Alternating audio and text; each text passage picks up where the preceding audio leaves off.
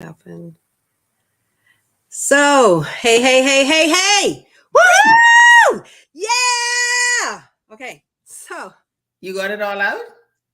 uh, no, not yet. Woo! Hey guys, welcome to my live. For those that are on Facebook, those that are on YouTube. Um, for those that don't know, I'm on a journey. I'm currently on a journey to life coach, and I am utilizing the amazing, the phenomenal Eve's Journey Stania herself. Yeah, that yeah. I'm she and she is Okay. me. I don't know what side she is on me in the screen, but that's her there.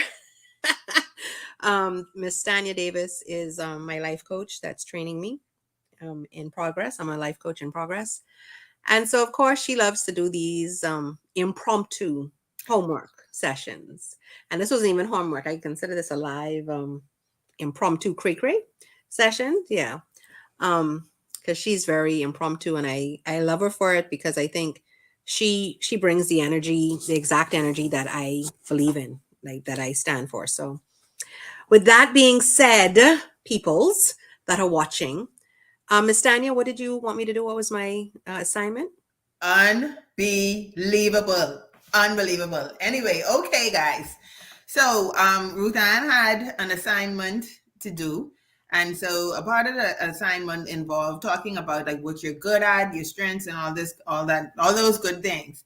And so at the top of the list, she said that this was an interesting activity because she didn't know how comfortable she was talking about the things that she has done. And let me tell you, Ruth Ann has done amazing things. I mean, oh my God, look here.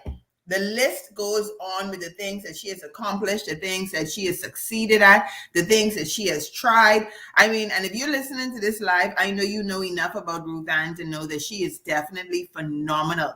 So, of course, me looking at what she wrote, saying that, that she struggled a little bit with talking about the things that she's actually good at. I was like, what the hell? What are you talking about, Ruth? So we got into a conversation talking, which I shouldn't even be talking because this is her assignment. You think you select Ruth, I on to you.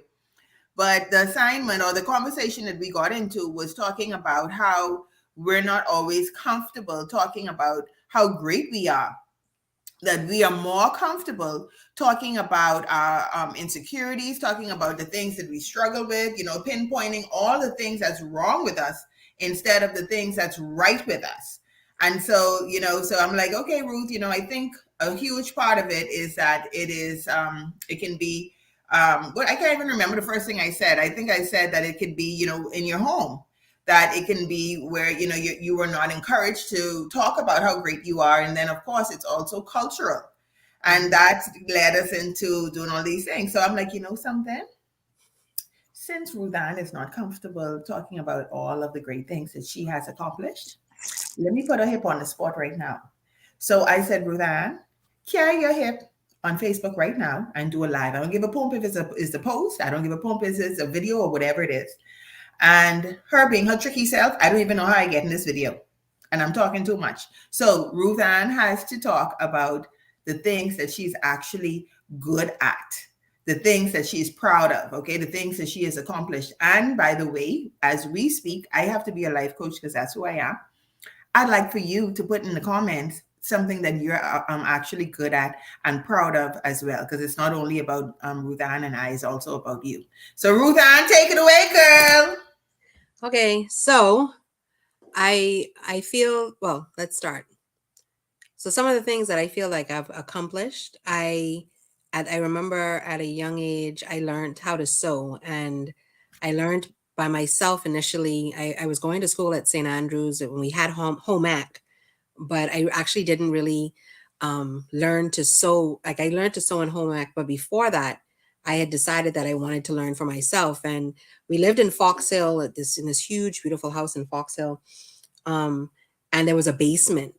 And I remember going down in the basement one day and I found this old singer. I don't know if anybody on here is a seamstress, but I'm talking about them old singers. The nice, What have you like, said? man, them one look like ceramic, like a Yes. hard ceramic, and the thing lifts up and there's a bottom piece where everything goes underneath it. and it has the wheel. It doesn't have a pedal. It has the wheel on the side. Right. And so I found one of those, and then I also found these curtains down in this basement. And I told my mom that I wanted her to carry me to Home Fabrics, and I got a pattern for a vest. And I remember going home and sewing this vest, and I was always very a craftsman. You know, my cousin Denise Sawyer, she's a minister, I think, in the Methodist faith. She used to have these summer camps. And so she taught me how to do macrame. She taught me how to do cross stitch, not cross stitch. She taught me the, Excuse me, ma'am. well, I'm telling you, you tell me what I'm good at. So these are things. I just want to intervene for 2 seconds. Oh, sorry. Okay. Yes, you're good at your sewing. Good. Cool. Great. I want to know some of the things that you started. Tell me some of these businesses that you started, because you still playing small, boo boo. You still playing small. Okay. Let's go. Okay. So at the age of 8, my first business was selling canaps. 25 canaps to the bag, sell for $1 on the side of the road in Fox Hill. Selling 4 sabadillis for $1. Picking them up, making sure they clean, putting them on the table, rest them out there every day. Me and my sister, we paid for our school fees at St. Andrews with that money. But that must was plenty canap, because that listen, we had one giant tree. Had the double, you know them 20 canaps and all them. I mean, these canaps was carrying on by. Like, let me ask you something else. Go ahead. Okay, so tell me something that you are proud that you've accomplished. I think my proudest moment is my kids. Like, from a parent's perspective, of having some amazing children that have been there through my journey of I don't like the word sickness, but have been there through my journey of my disability, that have stood by me, because the stories I've heard of so many kids that just fall to the wayside when their parents are sick. I think that my proudest moment are my kids, that I've raised them the right way. That's one of my proudest moments. Well, let me say this too, Ruth. I think you're amazing. I said it earlier, and I'm going to say it again. You mentioned the illness, but something that comes up honestly is your strength to endure, your strength to move beyond the physical ailments and disabilities, for lack of a better word, because ain't shit disabled about you. I just saying, right? But all the things that you have gone through and endured, but you, my lover, you're still here. Not only are you still here, you're trailblazing, you're trendsetting. You are always looking to improve yourself, and you're always looking to make that money. I mean, I don't know nobody else. No, I know nobody like you who got 10 jobs. Yeah. So, come. You ain't bragging. Tell me some strengths. Like, what is Ruth Ann good at? Like, what? And once again, I can't see the comments. If you they haven't put their strength. You need to put your strength, guys. Guys, you need to comment below. What is your strength? Man. What you know you could rock. Like, with your eyes closed, like, what you know that you are good at. What is yours, Ruth Ann? Well, I've been told that I have a radio voice, so hi and welcome to Stanya Davis and Ruth Ann Newton live as we talk. So one of those things is, like, I know I'm good at that. So I love doing voiceovers. I can do that in my sleep. Like, that I can do in my sleep. I can do graphic design in my sleep as well. Like, that's, these are just things that I enjoy doing. But I can get paid for it. Sounds good. So I love selling products. Like, I really enjoy seeing the pleasure on somebody's face when they're satisfied with what they're given.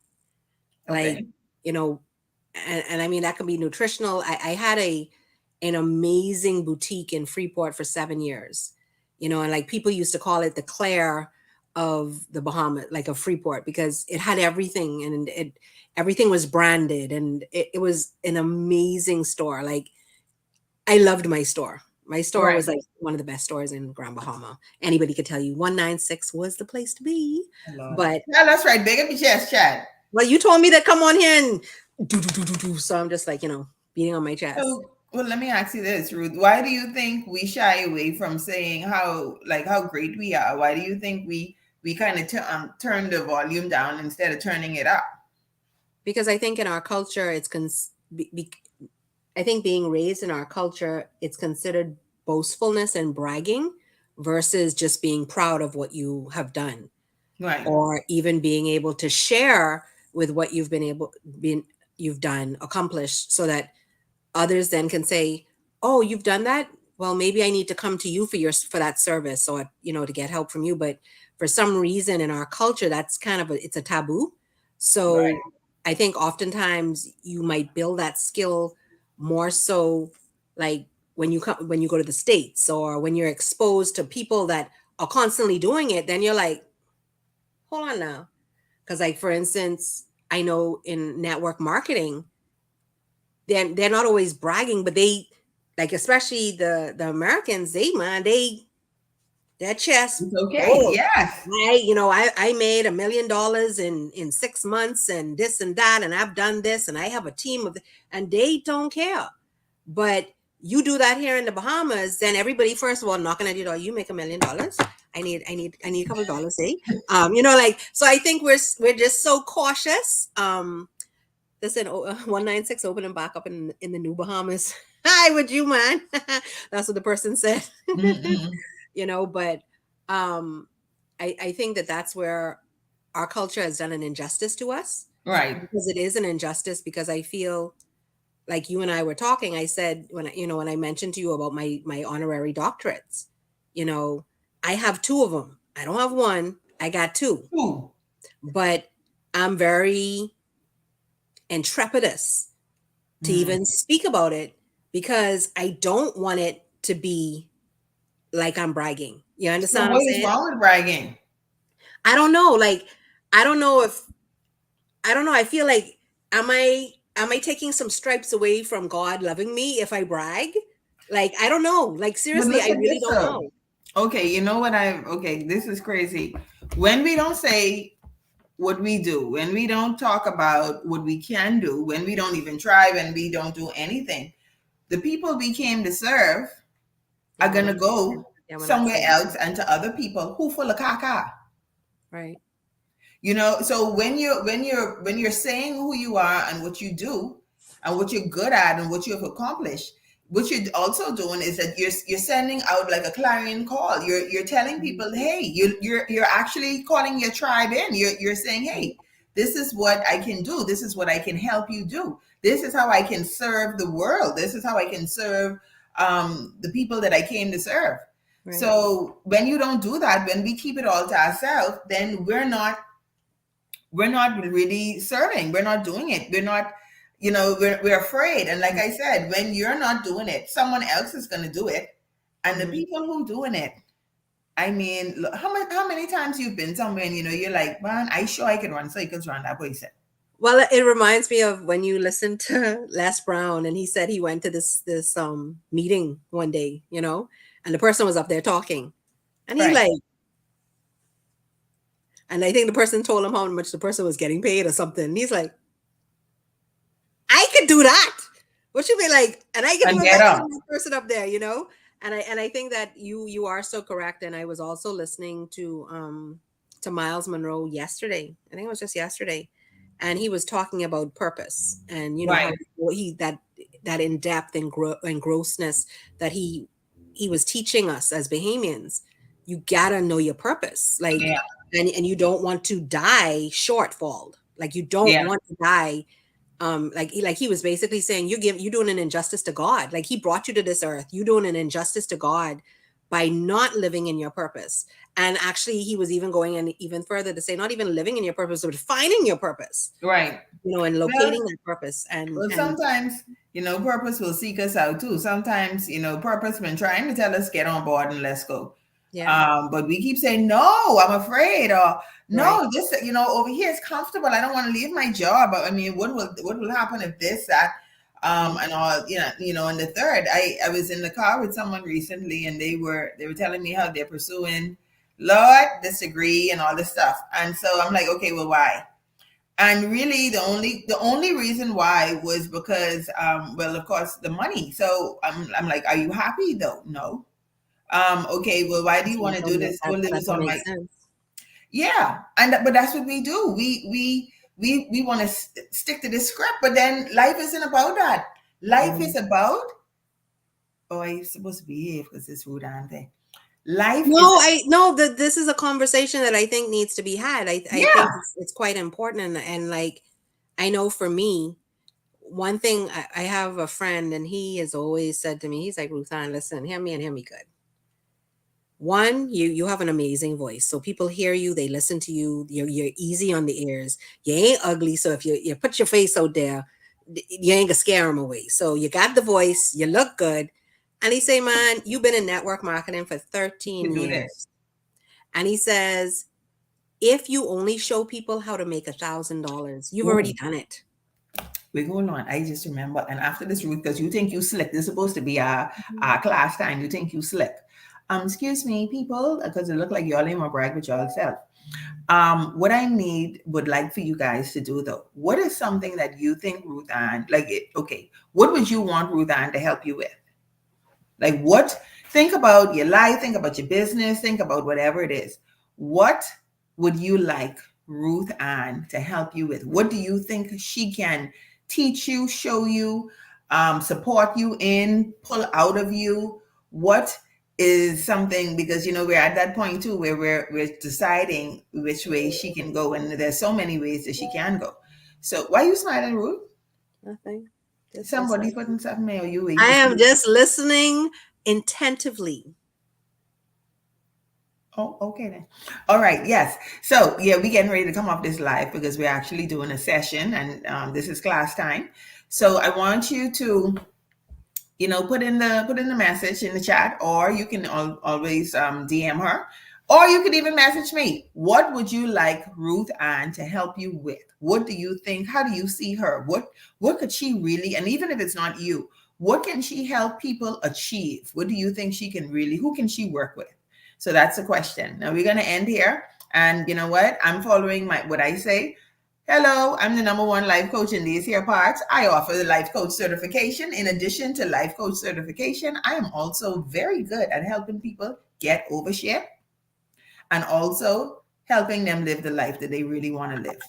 Cool. Now, anything else we got to talk about, because we need to go finish our session. We got things to do. It's 10:53 and I am hungry and I have things to do. Yes, ma'am. Y'all message her. Okay, thanks. Guys, I dropped my number in the chat. So you want me to put your number in here? Sure. Okay, hold on. Now, see, I don't know, because last time I did that, never mind. She don't want no crazy. She ain't want no crazy setting up, okay? The parking boy at one of the supermarkets sent me a message and said if it's okay for him to message me every now and again. And I said no. Well, I ain't gonna tell you what he tell me. Hey, we have Faith Walk on here that said that's it. Like we done. Like this is it. Well, Faith, the way I look at it, it tells me I have a show that I've started called Talk to Ruth Ann. So it seems like we're gonna have to I'm gonna have to invite life coach Miss Tanya Davis of Eve's Journey back on to have a conversation with her. First to decide who she is and to figure out what's going on there. We have this gentleman, I don't know who this is that's saying this. See guys, I'm sorry, but my hands are not working the way I need them to because my mouse is not working on my bed. So this person said this. They said, would have been a billionaire any place else in the world, but in the Bahamas, they keep you down. No, child, ain't nobody can keep me down, son. You ain't gonna worry about that one ever. Them words, don't put them out there in the universe. Ain't nobody can keep you down.